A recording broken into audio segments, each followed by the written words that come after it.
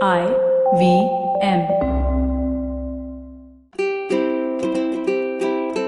Hello and welcome to the Habit Coach podcast. I am Ashdin, Doctor, your habit coach. And today with us for the second time, we have Radhika Bapat, who is a clinical psychologist. And we had a fantastic discussion the last time around on understanding your intention from a psychological point of view. Understanding how do you achieve your goals and see what are the inner workings of our brain with regards to that. So please do check out that episode if you haven't heard it already. Today, we're going to be talking about rock bottoms. And what a better topic than rock bottoms to talk with a psychologist, because I'm sure you must be meeting people at various stages of this rock bottom, journey that we all go through.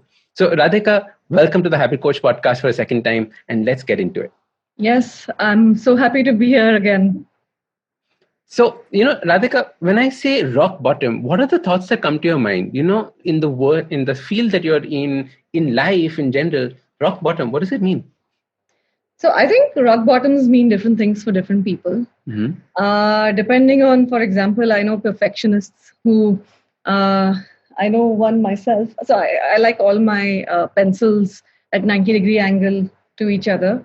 And on a particular day, and they have to be sharpened. So on a particular day, if something is off, and then something else is off, and then something else is off, and then that entire day I find things are not exactly the way I want them to be, perfectly in the manner that I like them. That could be, for me, my rock bottom. And that can actually lead me to a downward spiral from there on. Oh, wow. So the triggers for rock bottoms can be just about anything. And then starting from that to the other spectrum where people lose everything. Like, for example, in the situation where right now we're looking at what's happening with the farmers. Correct. And when you read generally about the farmer situation, that and how there is indebtedness and you have financial issues and you have problems with the next crop, that alongside I'm not able to feed my family today, that could be rock bottom. So rock bottom and health, right? And health's gone out the window for so many people. They're stressing out about how they're feeling, and all those aspects are coming in their minds as well. Absolutely. So rock bottom is a very personal thing. It's what you call rock bottom. Okay. And so, a lot of words have been used in psychology. We say, some people, when I have heard so many words, and since words are very important for therapists. Rock bottom could mean non-performance for some people. Right. It could mean a debacle or a flop in public, where I haven't been able to save face. So I'm so embarrassed because everyone else knows this certain thing. And then it could be a catastrophe, it could be a fiasco, it could be an actual defeat, like at the 2020 at a game. Right. It could be a small blunder, it could be a washout. Some people, bankruptcy, so rock bottom means so many things, a tragedy, frustration, unsuccess, shipwreck, non-achievement, stalemate. Right. So I think that the grief, someone you love very much, or failure where by failure, I mean, you are told by your professor that you haven't passed the particular task. Correct. So I know that is very big when you're a certain age. Incompetency, disappointment, or being told by your parents or people or who are stakeholders that you are a loser. Yes. So that, or a no-hoper, or a nobody, because these words are used very easily these days online and in movies. They say if you don't make it, then that means that's it. You're born loser. You're dead. Yes. Good for nothing. You're a writer. I remember a parent's friend of mine telling me this once, that Ashdin, you're going to amount to nothing. This was in college, right? It's college. I just finished college, that holiday. You spend your entire day playing games. When I was your age, I was doing this, I was doing that. And I remember how deeply that hurt or cut. And the fact that I still remember that conversation means that there's always that little chip on my shoulder from it. Yeah. I think at some points in your life, there are these things which they hurt so, so bad. And especially at a very impressionable age. And when you look at words like, let's say, black sheep. Yes. You're the black sheep of the family. Actually, interestingly, the term originated from the occasional black sheep which were born into a flock of white sheep. Right. And black wool was considered commercially undesirable because it could not be dyed. 18th or 19th century in England.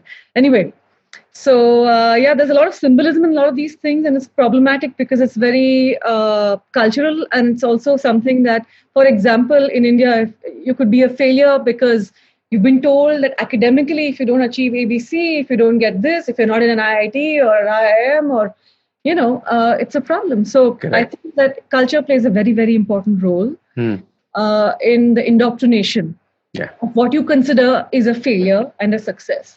So and it's so funny. You sometimes look back on those things and either laugh or feel sad about them. Like I remember when I studied sociology and anthropology, right? So I did arts as well. And I remember a friend's Gujarati mother telling me that you did arts, who will marry you? I was like, what? How is that even relevant? So it's so funny the way that these kind of things sneak into our lives, and these words or these expressions stay with us. Yes. I mean, and this is, it's really relevant to what's happening right now. I'm following the news, and actually I've stopped following it because it's so depressing. But, there was this guy who came out with, there used to be the Retro Indian Book Depot charts. Okay. Across the country, and they have like Ek Buri Ladki or Bad Girl posters. And someone came up with a really amazing version of that.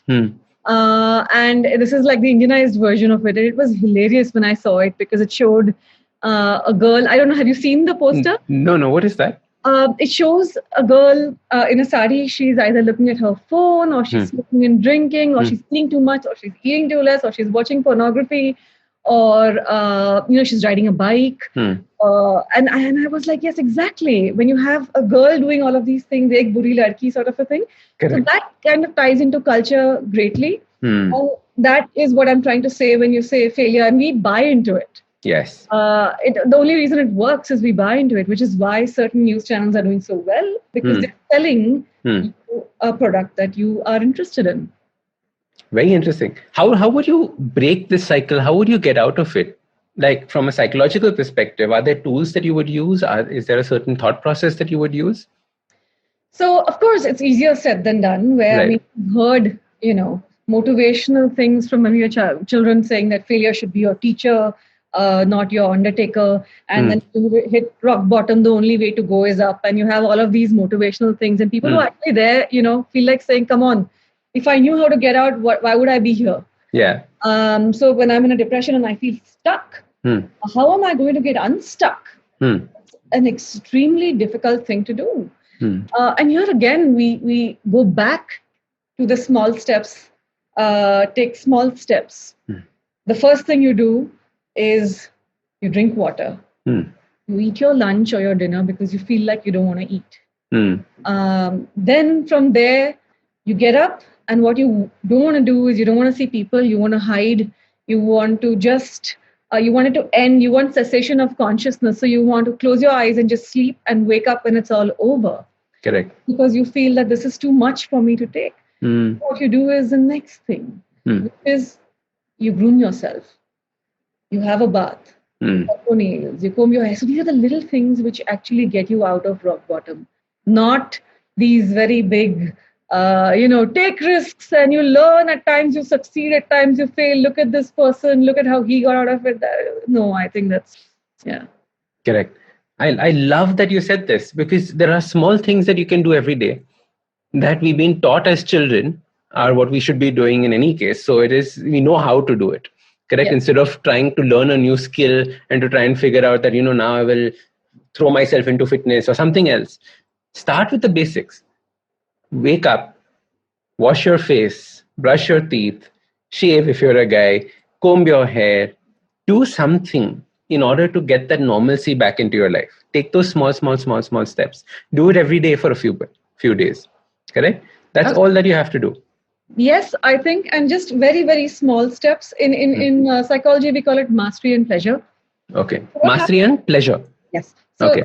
When you hit rock bottom, it's really hard to do really small things. And so you don't, like in basketball, if I have the hoop so high up that I can't really get a score, then what's the point?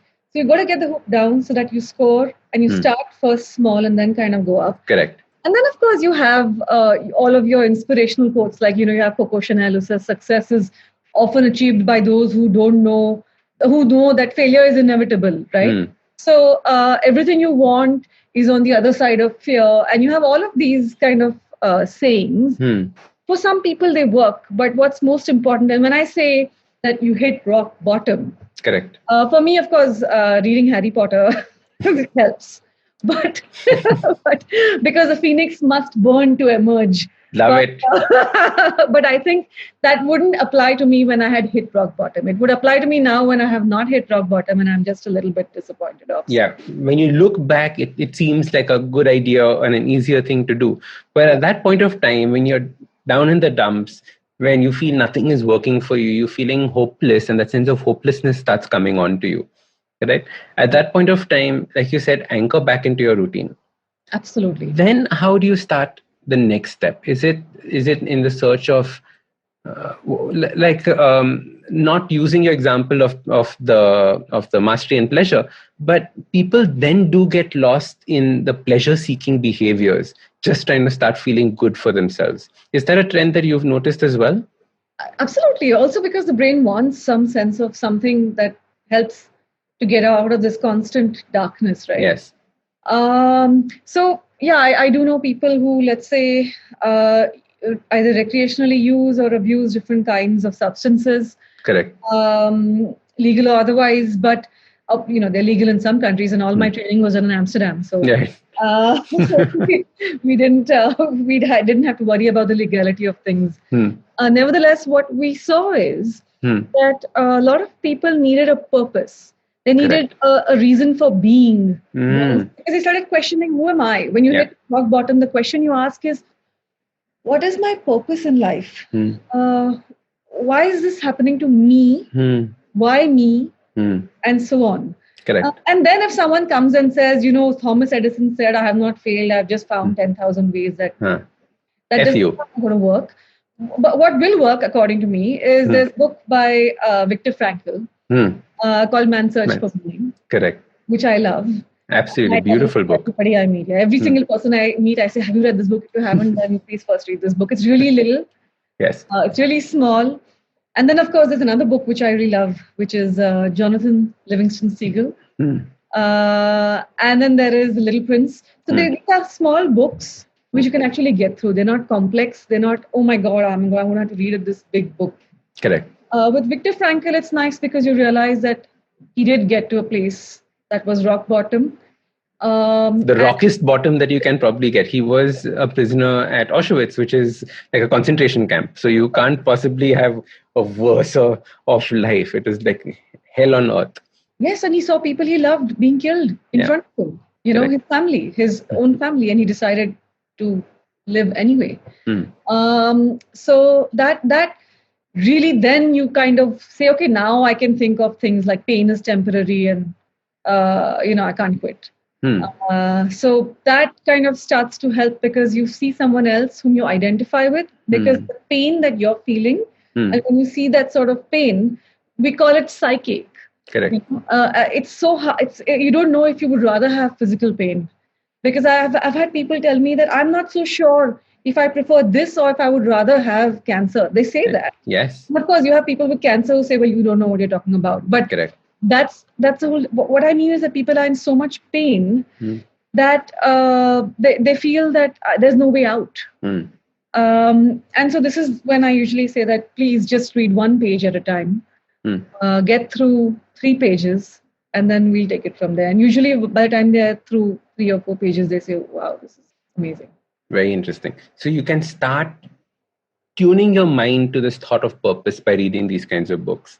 Absolutely. Are there any tools that you talk about for thinking about purpose? Because purpose has become a buzzword, right? Is there something as small as get a pet or something else? Is there some, an immediate way that you can start saying, "Chota sa purpose mil gaya"? Right. I mean, so I think, of course, different strokes for different folks. Correct. So I kind of feel that it's different for different people. For me, something really small gives me a sense of things are in order. So I would actually have a bunch of about 40 pencils that I sharpen, and getting them all to the same height and sharpening them. I know I'm neurotic, but this kind of makes me feel, I start off with something small. Yes. But then getting that anchor, feeling grounded, we call it grounding. It kind of it protects you from the shocks. It helps with the resilience. And that's why you call it grounding. So I think that a lot of making space for pain.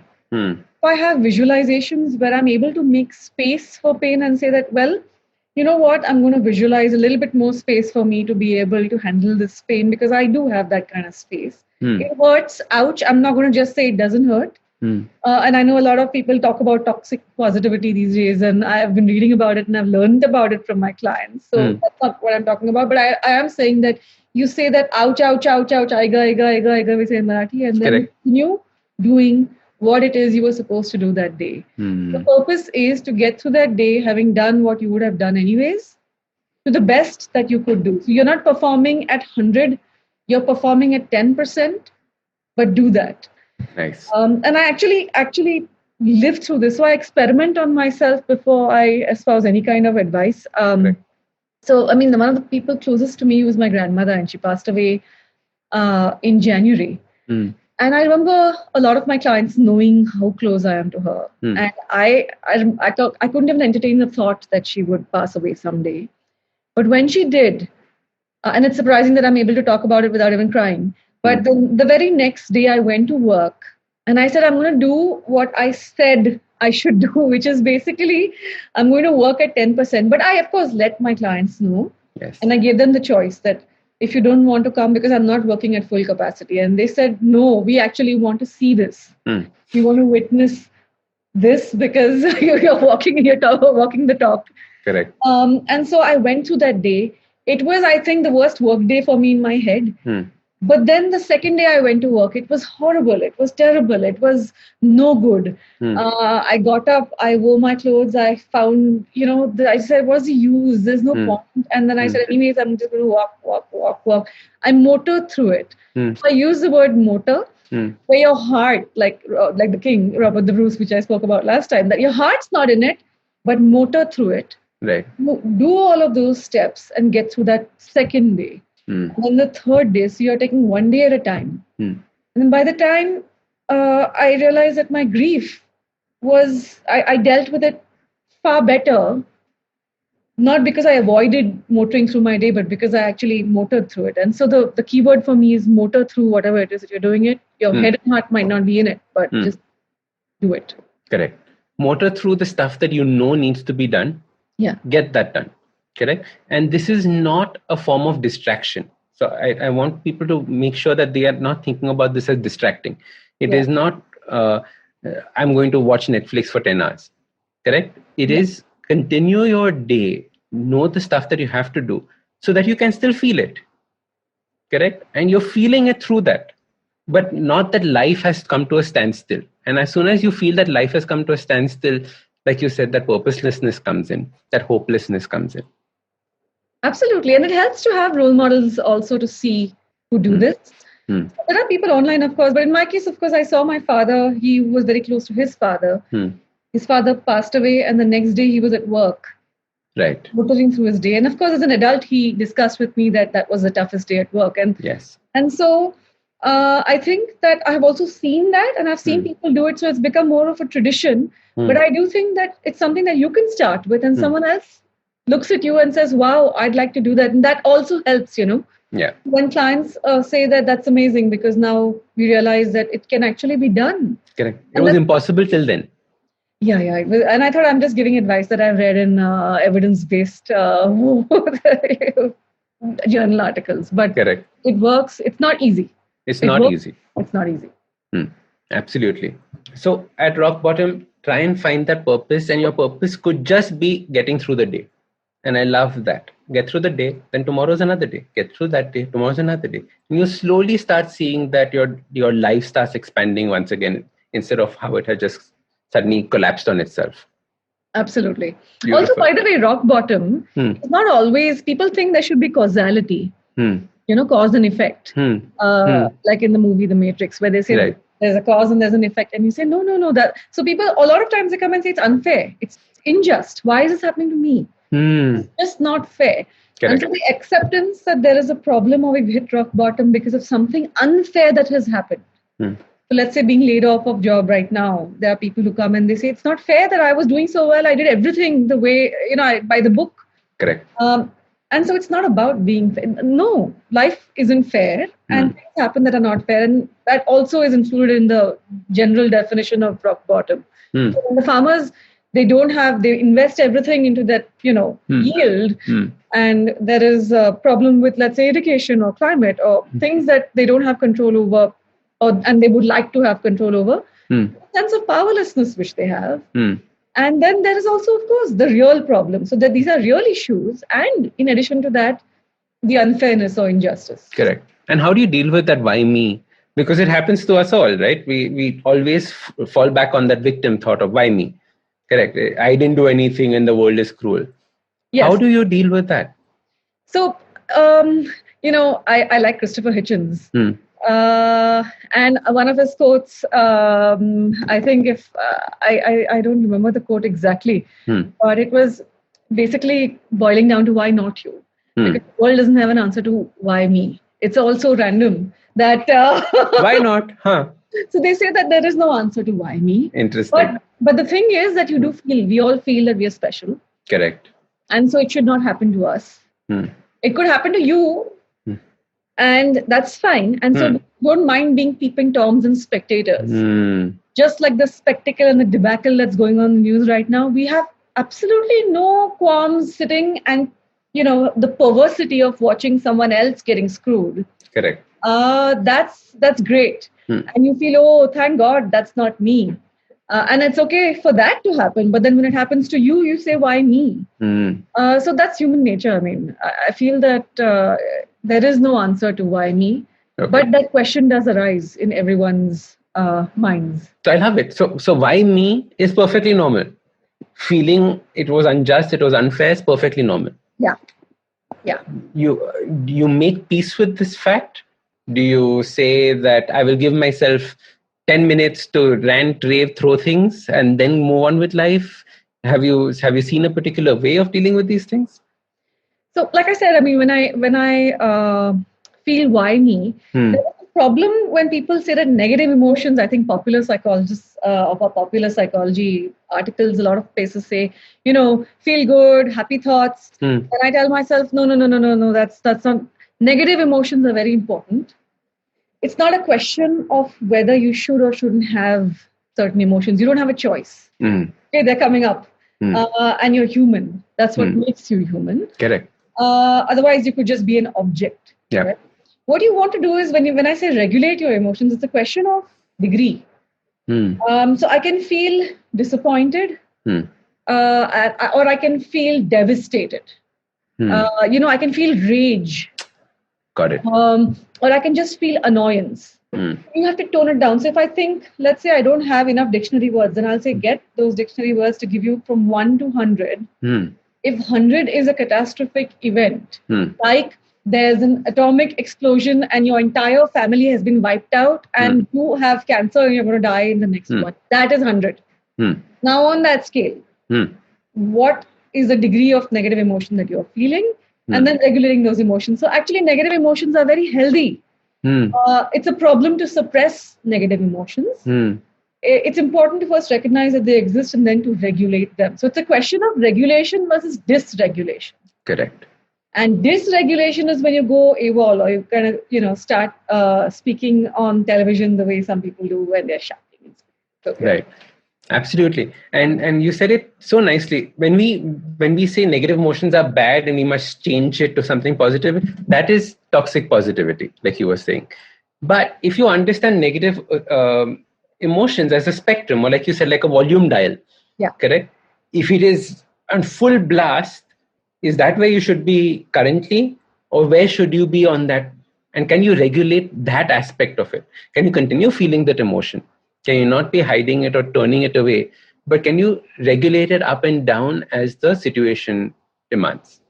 Absolutely. The first thing is to not say that you are, let's say on a scale of 1 to 10, if you're feeling 10, because you want to be politically correct, you don't say I'm feeling 5 to yourself.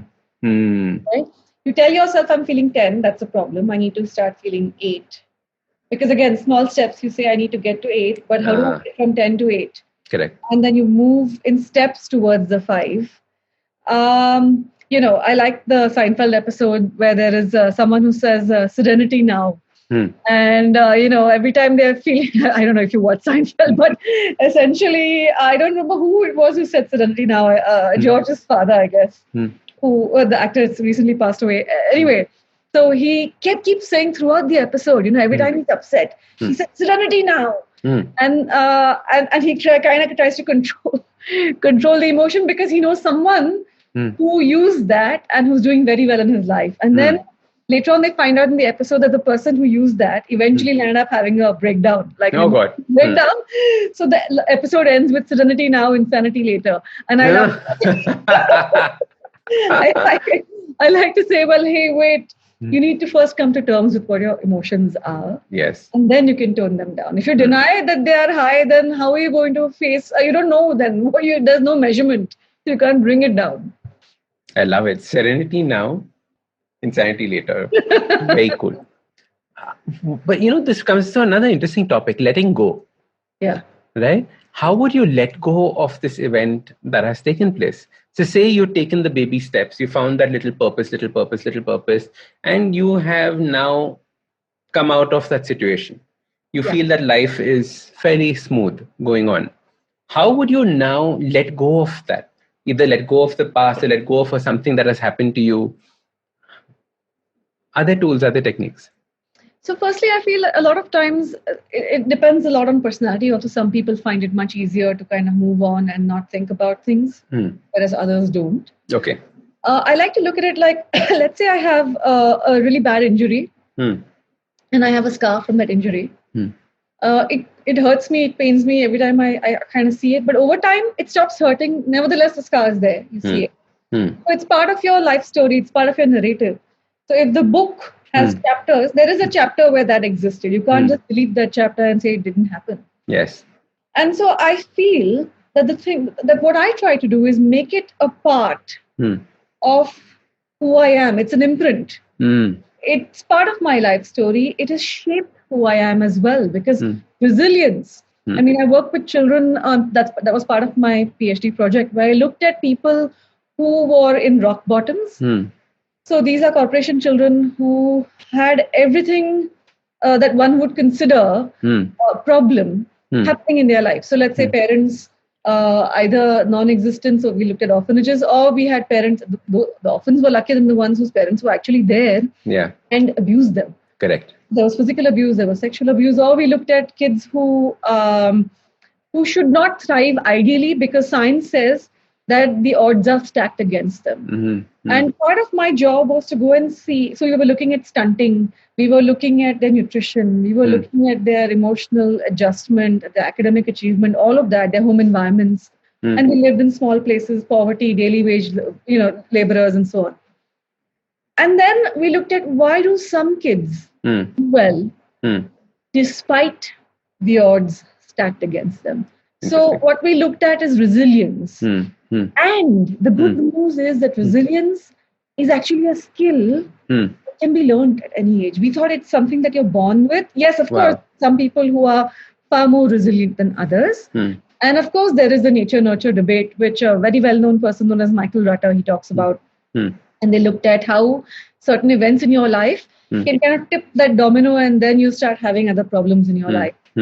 But they also saw if there is one person who you just happen to come across in your life at the right time, a mentor or someone who says something, and you can kind of hold on to that, and then that sort of can define the pathway of the future in some ways. So correct. Resilience is something, and the good news is that you can build on. So you might have been depressed or you might have had other issues, OCD, whatever it is. Nevertheless, don't lose hope because resilience is something that you can still learn. Superb. Superb. And learning resilience will help you continue that trajectory upwards and make you, like we keep saying, like resilience is like bulletproofness. Right? It doesn't mean that you're impenetrable. It doesn't mean that it doesn't hurt. It means that you know what to do afterwards, that you can deal with it. You can continue on through it. And that's what the whole idea of resilience is. Absolutely beautiful. It's really, when I look at resilience, what I saw is that kids coming to school in the morning at 12, after having woken up at 4 o'clock, walking to this place to fill water in their handas, going there, doing this, getting beat, but they were there at 12. Yes. And they were saying, yes, miss, kya karna hai aaj? So I said that resilience is at least being present. Yeah. You're not absent. No, it's not about you smiling. It's not about you saying, yay, I can do this and I'm winning. Beautiful. Is that showing up itself is the first step in resilience. That's it. Being Just there. show up. That's it. You can in your mind say, I, but show up. Yes. And this leads in perfectly with what we started off this podcast with, which is what you were talking about, saying after your grandma's death, just showing up at work as well was showing resilience. Absolutely. Superb. Thank you so much for having this discussion with us, because it was absolutely fascinating on understanding the rock bottom and the journey from your point of view, and understanding how small purposes add up. It doesn't have to be something dramatic. It doesn't have to be something huge. Take every day as one small purpose and get through to it. Get through it. Superb. Thank you so much, Radhika, for being with us and having this discussion. Where can people reach out to you? Where can people connect with you if they have any more questions? Either on email or my Instagram handle, which is psychotherapy bar. Okay. Perfect. Thank you so much. And guys, if you haven't heard our first podcast together, please go listen to that. That came out on Tuesday. Thank you so much. You're welcome. If you like this podcast, don't forget to check out other interesting podcasts on the IVM network. You can listen to us on the IVM Podcast app or ivmpodcast.com. You can also follow us on social media. We are at IVM Podcasts on Twitter and Instagram. If you want to reach out to me, I am Ashdin Doc on Twitter and Instagram. You can find lots more information on my website, awesome180.com, or check out different content on my YouTube channel called AWESOME 180. That's Awesome 180. I hope you enjoyed that show. I'd like to thank our sponsors this week, Intel, for supporting us. First, right off the bat, want to congratulate Ashdin Doctor on celebrating the 300th episode of The Habit Coach. It's a great show. If you haven't been listening to it, listen to it now. And if you listen to it, you can almost go for an entire year with an episode a day. It's really fun. Do definitely check that out. Arjun Koladi, the head of sales for Spotify in India, was on Advertising is Dead. Do check that out. Really fun show. On Cyrus Says, we had Samit Basu, the author, fantasy author, one of my favorites. Definitely do check that out. It's a Memorial Week this week on the IVM network. He was on Cyrus Says Cock and Bull on Thursday. He was on Litnama and, of course, his own podcast, Postcards from Nowhere. Do check that out. And one last note before we go. IVM Likes is back, and we've been doing a bunch of interesting conversations about different pop culture things that you might want to check out during the pandemic. Do give it a listen. I'm sure you'll enjoy that. And with that, I hope to see you again next week. Have you ever wondered how successful people do their thing? How do they navigate the challenges they often face? Are you wondering about the future of restaurants, film, education, technology, and everything else in between? Hi, I'm Gauri Devidyal, best known for being one of the brains behind The Table, an award-winning restaurant in Bombay. One thing my life as a restaurateur has given me is the opportunity to meet with some truly inspiring people, most often just by chatting with strangers at the community table. And that's what this podcast is about. It's about learning the new dimensions of business and understanding how different people swim this sea. It's an opportunity for me to pick their brains and ask them all the questions on my mind, whether it's about learning from their past experiences or talking about future trends. Through their journeys, stories, and insights, I hope you too, like me, will come away inspired and energized. So come, join me every Wednesday with your favorite drink, because this round is on me.